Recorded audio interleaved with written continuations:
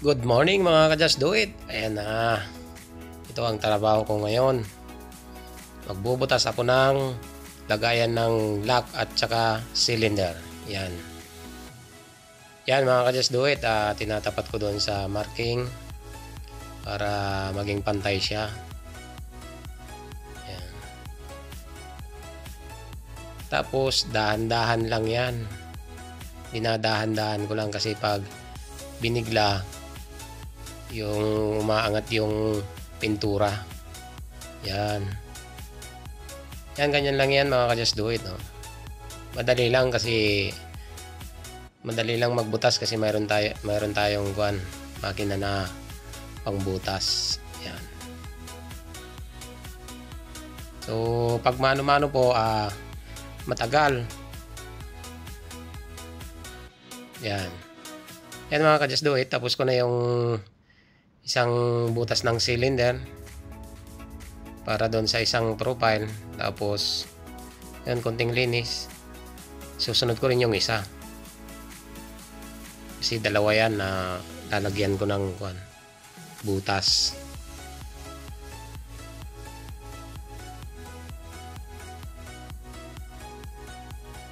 So ayan nga mga ka-Just Do It, nilalagay ko na at tinatapat ko na naman doon sa marking ko. Yan.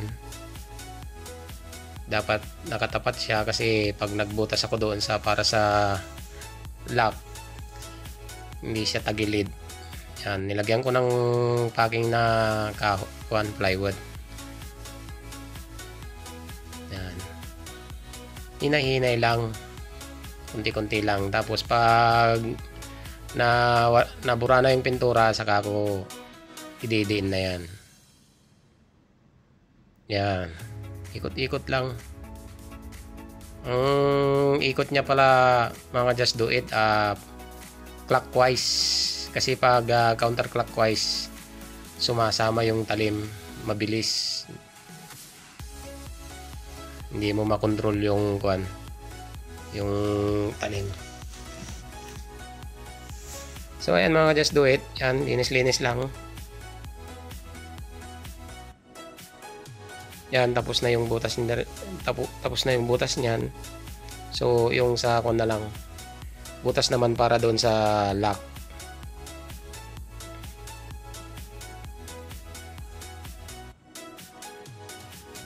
So ayan mga Just Do It, lalagyan ko ulit ng plywood pang support para hindi magasgasan. Yan. Tapos tatapat ko ulit yan sa doon sa mga markings ko na nilagay. Yan, tinaas ko yung para doon sa anong pangalan nito? Cylinder, kasi mayroon din siyang guide doon. Yan, in-adjust ko na yung mga stopper. Tinapat ko yung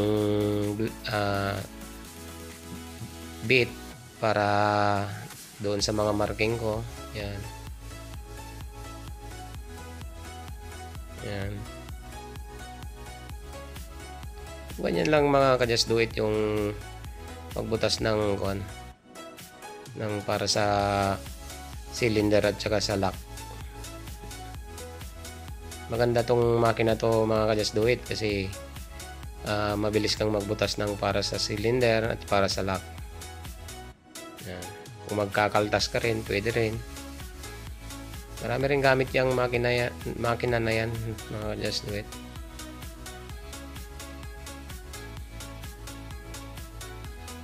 At anong pangalan nito? Sa Italy pala galing yan. Made in Italy. So ayan na nga mga ka-Just Do It. Yan. Hinay-hinay ko na naman. Tinatanggal ko yung pintura ulit para hindi masyadong maalibaba yung kain niya.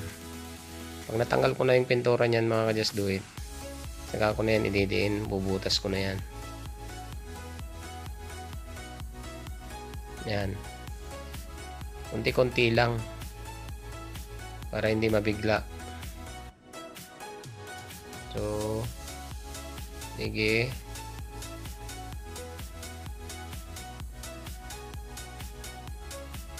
Tapos mga ka-Just Do It, mayroon din pala yung anong pangalan to, yung sa tubig. may halong langis para hindi masyadong uminit yung talim, yung bit. Yan. So tapos na yan mga ka-just do it. Yun namang isa. Yan, ingat-ingat lang din pag paano tinatanggal kasi minsan sumasayad yung bit, nagagasgasan, pintura ulit. Yan, katulad niyan, hindi ko mapapasok sa harap yan, kaya doon ako sa dulo. So ayan mga ka-just do it, ganun ulit, tapat-tapat ulit sa marking.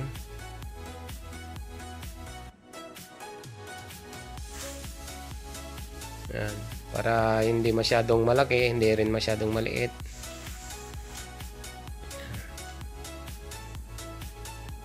Yan, unti-unti lang mga ka-just do it. Ganun uli. Kung ano yung proseso nung una, ganun din yung sa pangalawa. Yan. Tsaka hinay-hinay lang talaga kasi para hindi masyadong mabigla yung talim at hindi maputol at hindi mabilis mapurol. Yan.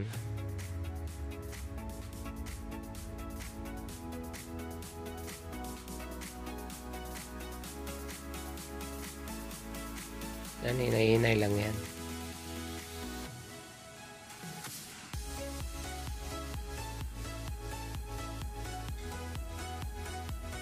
Yan mga ka-just do it, para ka lang naglalaro niyan.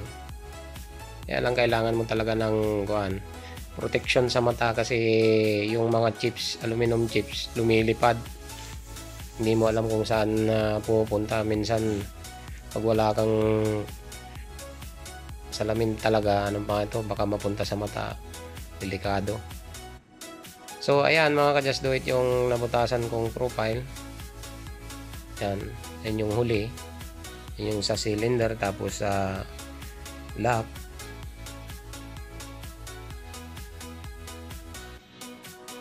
Yan yung una kong nilagyan ng butas. Yan. Thanks for watching.